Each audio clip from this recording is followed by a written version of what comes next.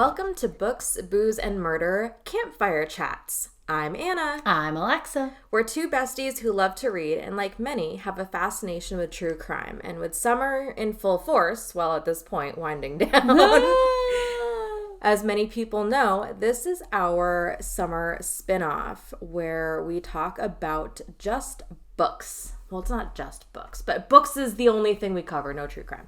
Correct. We'll compare notes for those we've both read that we'll not be covering in full episodes, as well as introducing books we've read individually. And this is our last hurrah for the summer before life gets even more crazy. Yeah, because goodness gracious knows, shit's going to start hitting the fan real fast. Woof. Well, I told you, my brain, no brain. Well, you just finished moving today, so yeah. Well, I'm not even done moving.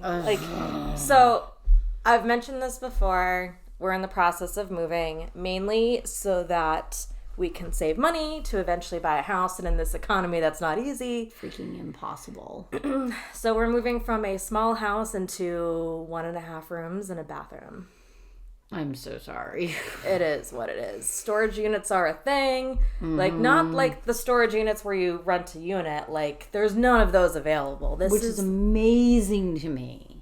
I mean, there's so many places in this area that are small and basic needs. Like, they can't. There's no basic needs. It's amazing in this area. Yeah. So we got a storage unit put onto my in-laws' house's property. Even though they initially told us no, we're like, we have no options. We're trying those no options. Mm-hmm. And today was the big move as far as our bed, our dressers, some shower stuff, because I looked at my in-laws' downstairs bathroom that they don't really use. Yep. And I'm like, they don't have hand towels. They have a whole thing of Dawn dish soap, like, for dishes. And I was like, this is going to change now. They've probably been washing their dishes downstairs. Because that's what my parents had to do when they were redoing their kitchen. Yeah, no, I think what we're going to do, it's not the most, like, eco-friendly, but to keep the level of dishes down, I think we're going to be eating mainly off of, like, paper plates and bowls, but use our silverware. It's not ideal. Not ideal. This is what we do to save money to buy a house. The fact that we have to sacrifice this much is kind of insane, but I agree. But we do have a different recording setup this time. Yes, we're now set up in my house that is currently in shambles. Still. Which, the other night when me and my husband were laying in bed, we were hearing the mice scurrying around. So my husband decided he wanted to go and make sure that there were no mice that he could see, and found a bat instead. We were like, at 10 o'clock at night, this is great. Can we not, please? Whatever. It's fine. Nothing in this area is easy. No. Everything is a fixer-upper. That is a multi-year process. Yep. Yes. Yep. You want to talk about books, though, because that makes us happy. Let's talk books. Books are really good. I'm really excited about books. They're like the only thing keeping us sane right now. Yeah. So I guess my first book I want to talk about is Firefly Lane by Kristin Hannah. God, I love her. She's so good. She's such a great author. She writes some of the best historical fiction I've ever read. It's amazing. And we were talking about this the other day, how we read books. No, it was in our last episode. We were talking about how when we read books that are over the span of a lifetime, it's really hard for us to get into them.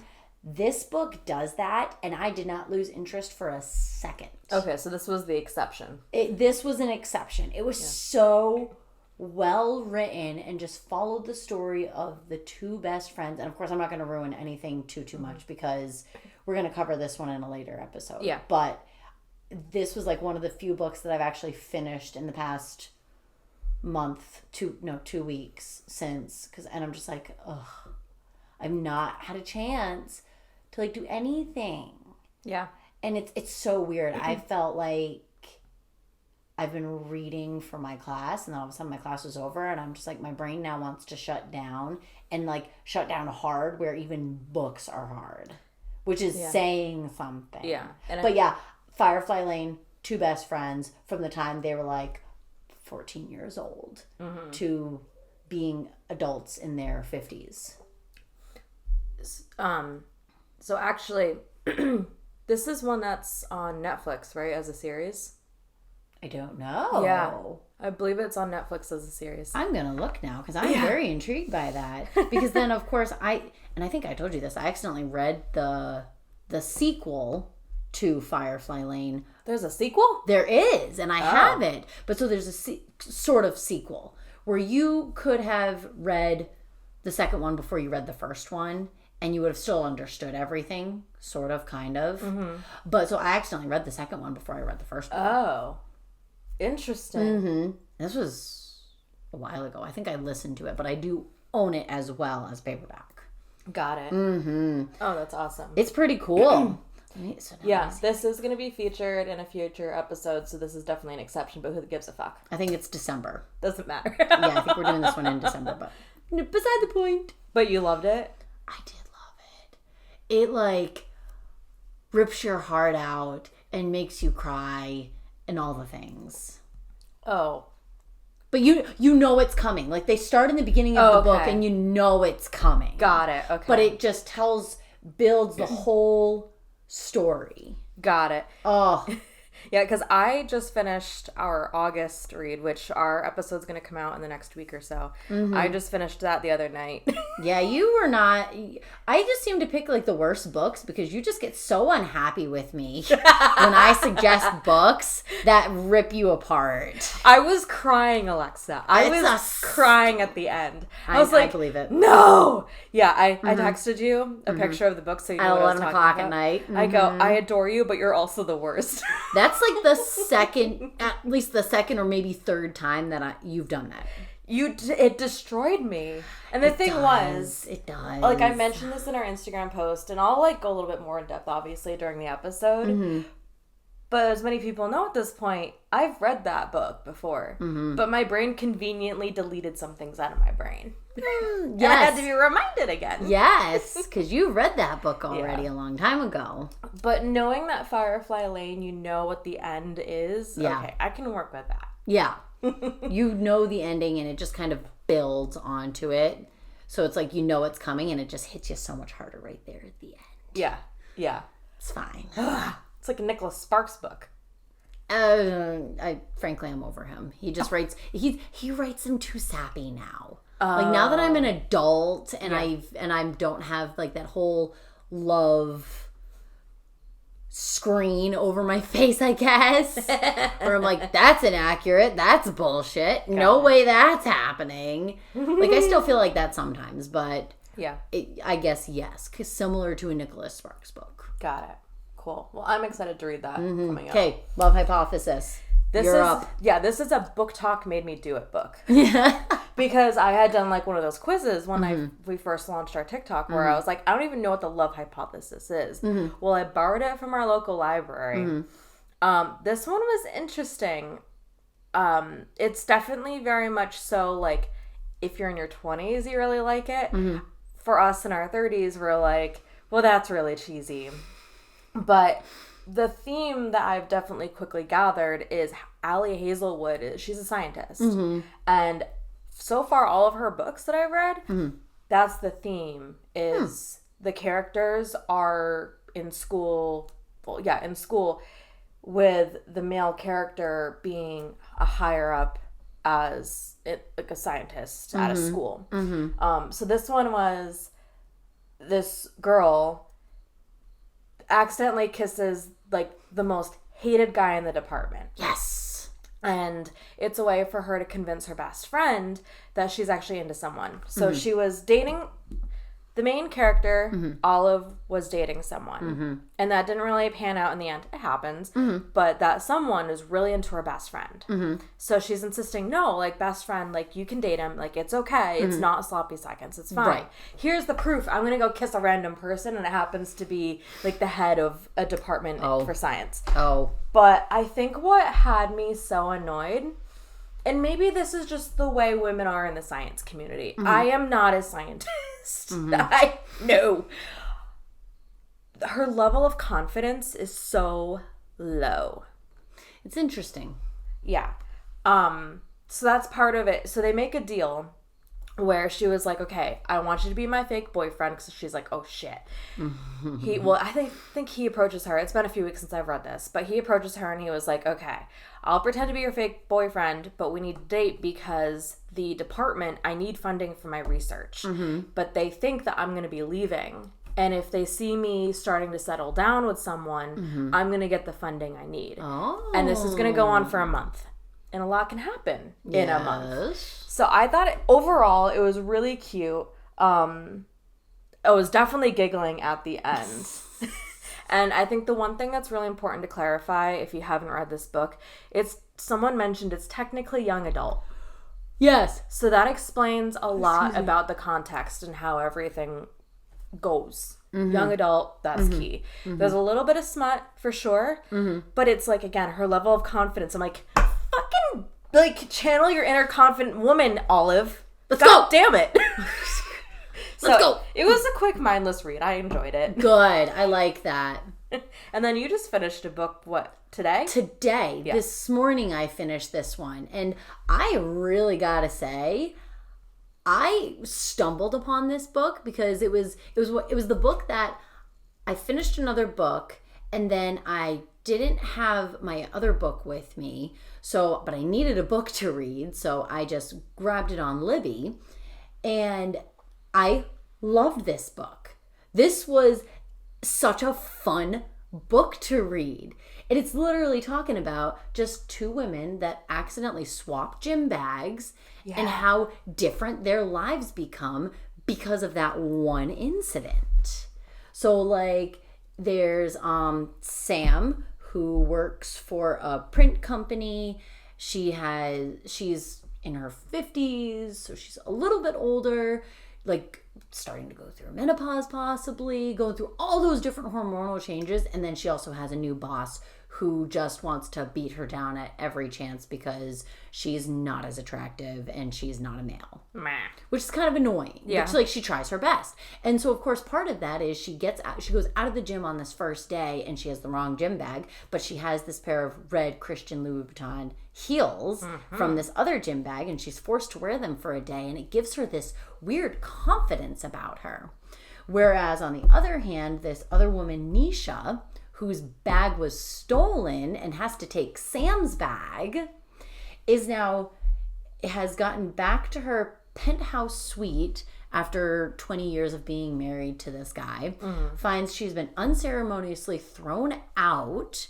She has nowhere to live. All of her assets are free. She can't buy anything. She doesn't have any real friends because they're all like Carl's friends, her husband's friends. Got it. Or they're like fake friends. Like, when you have people who have a lot of money. Yeah, friends by association. And then they also portray this as, I only have these friends to say, oh, I have this and this and this, and they show off what they have. It's not a real friendship. It's a show-off ship almost. Yeah. So those are the kinds of friends that she has. And now that she has nothing, no one's talking to her. So she's trying to figure out how to get back at her ex-husband and then get her shoes back because her husband won't sign a settlement agreement until he gets the shoes. And then it's the whole process of finding Sam, finding the shoes. And then Sam is, of course, going through all this turmoil with her husband, who lost his father, lost his job, lost all of his motivation, and is now like chronically depressed. So on top of everything else that she's going with at work, like, this is such a fun read. Because then it ends with like the yes, redemption. Oh, it was so good. It was so good. I like Jojo Moyes. I don't know if I'm saying that name right, so I apologize. She did a great job. Yeah. She did a fantastic job with that. I mean, she's the same one that wrote Me Before You. Yep. So, I mean, yeah. For me, she has a positive reputation. Oh, yes, absolutely. But like, and this had almost no sadness in it. Yes. Which is, like, there's a little bit of sadness only because Nisha has sent her son off because her son has some, like, psychological, I'm trying to remember what it was. I think they don't really go into much detail on the book, but basically he's at a special school where he went and tried to kill himself. So it's like a therapeutic school almost. Oh, okay. But so and that's the other piece, is that she's over in London and her son is over in the States. Ugh. So she can't even go and get him because she doesn't have her passport. She can't get into her penthouse suite. Ugh. She can't get to her son. Her phone barely has like stopped working. So she has to find another phone, and it's one of those freaking track phones where you have to buy the minutes for it. Yeah. And I'm like, like, God. And then she, of course, ends up making friends along the way. Okay. Even though she like is portrayed as this super hard woman that doesn't need anyone else. But it's, I'd recommend that book. Add it to your to be read list because that was a fun read. I like it. Mm-hmm. Oh, I like it. And then finish us off with another love story. Yep. So this is one where I think the last episode I had mentioned All the Colors of the Dark. Mm-hmm. I had borrowed 2 books from the library before that. Mm-hmm. And I was like, son of a gun, I can only have Colors of the Dark for 1 week. And these ones I can have extra. Mm-hmm. So the other book that I got was also by Ali Hazelwood. And it's Love Theoretically. Mm-hmm. And what I thought was really cool was this book came out right after The Love Hypothesis. And it features the Love Hypothesis characters for like a scene. Okay. So this one is... Love Hypothesis took place in California. This one's taking place in Boston. So it's not like they're sequels to each other, but they have like related characters type of thing. Got it. Yes. So with this one, the main female character, I am blanking on her name. My brain is not braining. I understand. She is a student. No, she's a teacher. She's an adjunct teacher who's making little to no money.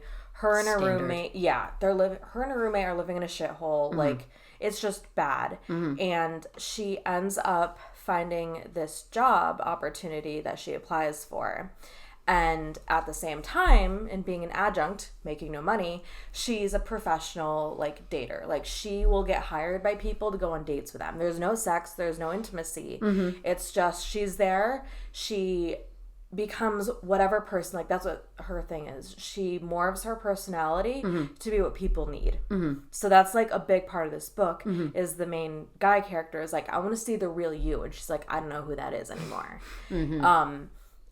Very abusive household. Like her twin older brothers don't get along. Her mom's constantly like, you need to fix this. And the thing I really appreciated was the main character has diabetes, like type 1 diabetes, bad. And she works to manage that. Well, this one particular client of hers, we learned he's just not attracted to anyone romantically. Okay. Yeah, which is totally fine. But his family's like, oh, come on. So every time she goes on a quote-unquote date with him, she runs into his brother. Mm-hmm. And he, of course, sees her at her worst when she needs, like, her sugar for all of that. Mm-hmm. I mean, you know, both of our moms have diabetes. Yes. Yes. But she's like, he's really weird. He's looking at me strangely. Like, I don't know how to handle this. Mm-hmm. So when she goes to apply for this job, that's an amazing job. She's like, this is going to be kick-ass. The brother is one of the professors on the board. Oh. And he was like, I've been told you're a librarian. Oh. And I think she's a theorist.